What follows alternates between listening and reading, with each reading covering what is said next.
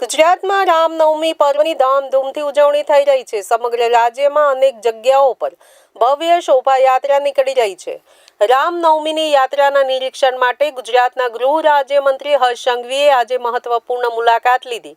તેમણે ગાંધીનગરમાં આવેલી પોલીસ ભવનના Trinetra commander and control centre પર પહોંચીને યાત્રાઓની સ્થિતિની સમીક્ષા કરી.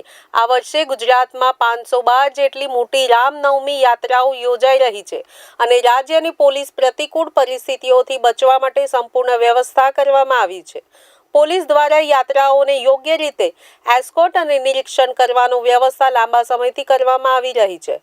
કંટ્રોલ રૂમમાંથી તમામ યાત્રાઓ પર સાતત્ય સાથે દ્રષ્ટિ રાખવામાં આવી રહી છે. ગૃહ રાજ્યમંત્રી હર્ષ સંઘવીએ પણ અહીંથી કામગીરીનો બરાબર આલોચના ભાગ લીધો અને પોલીસ સત્તાધીશોની સાથે સુરક્ષા વ્યવસ્થાઓની સમીક્ષા કરી હતી. રામનવમીની આપ સૌને હાર્દિક શુભકામનાઓ. આજે રાજ્યભરમાં ચારેય દિશાએ મહાનગરોથી લઈને નાના નાના ગામડાઓ સુધી ખૂબ મોટી સંખ્યાઓમાં રથયાત્રાઓ નીકળી રહી છે.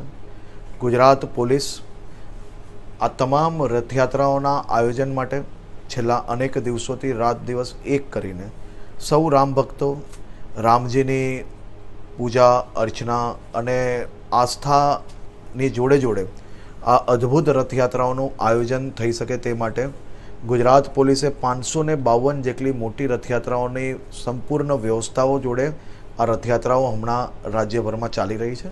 આજે ગુજરાત પોલીસ ભવન ખાતે ખાસ ડીજીપી અને બીજા સિનિયર અધિકારીઓ સાથે આ યાત્રાઓના નિરીક્ષણ માટે છેલ્લા અનેક કલાકોથી સૌ અધિકારીઓ અહીંયા છે અને મને વિશ્વાસ છે કે ખૂબ સારી રીતે આ રથયાત્રાઓ બધા જ ખૂબ જ ઉત્સાહ અને ઉમંગથી આ યાત્રાઓ નીકાળી રહ્યા છે અને સૌની આસ્થા સૌ લોકો પૂજા અર્ચના સારી રીતે કરી શકે તે પ્રકારની વ્યવસ્થાઓ કરેલી છે.